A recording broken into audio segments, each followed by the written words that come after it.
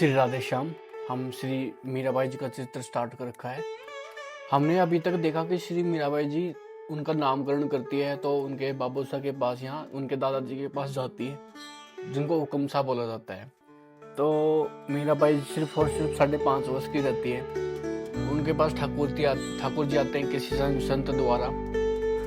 मीराबाई जी बोलती हैं कि बाबू साहब हुक्म, मतलब कि दादाजी, श्री दुदाजी को बोला जाता था बाबू साहब को। तो बाबू साहब कि मेरे पास ठाकुर जी हैं, उनका नामकरण करना है। तो हुक्म साहब बोलते हैं कि हाँ, तुम ठाकुर जी कहाँ से लाई? मैंने कल उनसे मांगा था ठाकुर जी को। मीराबाई जी बोलती है मैंने उनको कल ठाकुर जी से मांगा था, उन्होंने मना कर दिया। आज सवेरे उन्होंने कहा कि ठाकुर जी ने सपने में कुछ कहा कि मैं मीरा के पास रहूंगा, तो मुझे उसे दे दो। उन्होंने मुझे दे दिया बाबू साहब। और यह सब बात तो उन्होंने बताई, पर ठाकुर जी का नाम तो बताया ही नहीं। सच तो यह है कि उनका नाम पूछना भूल गई। हम इस पार्ट में ठाकुर जी का नामकरण करेंगे। अब आप जल्दी से चलकर उनके दर्शन कीजिए और नाम भी बताएं उनका। हुक्म बोलते हैं माँ मैं आ रहा हूँ बेटी, तुम भीतर जाकर खबर कर दो। दूधाजी ने कहा। मीरा दौड़कर अंतपुर में गई और चौक से चलाकर बोली आप सब एक और हो जाएं, बाबू साहब पधार रहे हैं मेरे ठाकुर जी के दर्शन करने।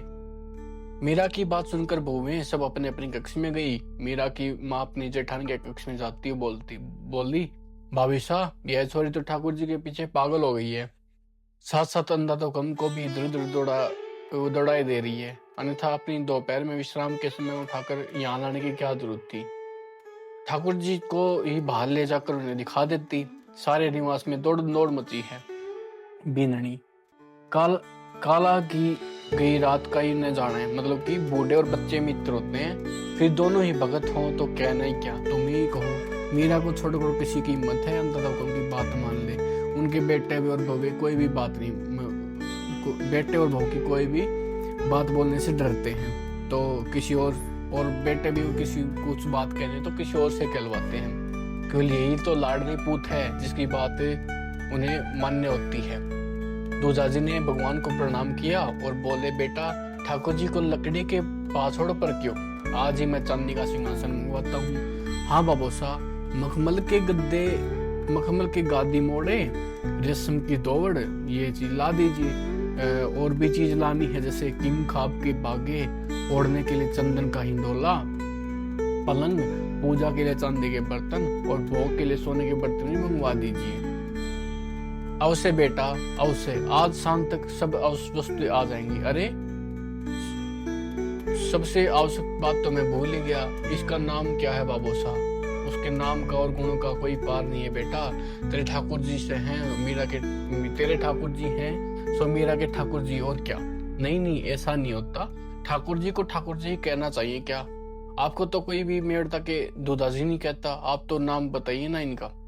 नाम तो सदा बराबर वालों के लिए प्रयोग किया जाता है, अन्य सब तो संबंधों और पदों के अनुसार ही संबोधन करते हैं। मनुष्य का तो एक ही नाम होता है, परंतु यह तो अनंत नाम है, रूप गुणों के स्वामी हैं। इन नामों में से जो तुझे प्रिय लगे वही नाम चुन ले। मीराबाई बोलती आप नाम लीजिए बाबू साहब, मुझे अच्छा लगेगा मैं रख लूंगी। ठीक है, कृष्ण गोपाल मदन मोहन गोविंद माधव केशव मुरली मनोहर और गिरधारी। बस बाबू साहब। मीरा बोलती बस बाबू साहब। मीरा उतावली से बोली यह गिरधर नाम सबसे अच्छा है, इसका अर्थ क्या है बाबू साहब? श्री राधे श्याम। हम शेष चर्चा आगे करेंगे। आगे की चर्चा में आएगा कि गिरधर नाम कैसे पड़ा, मीराबाई जी की समाधि कैसे लगी गिरधर नाम सुन के ही। श्री राधे श्याम।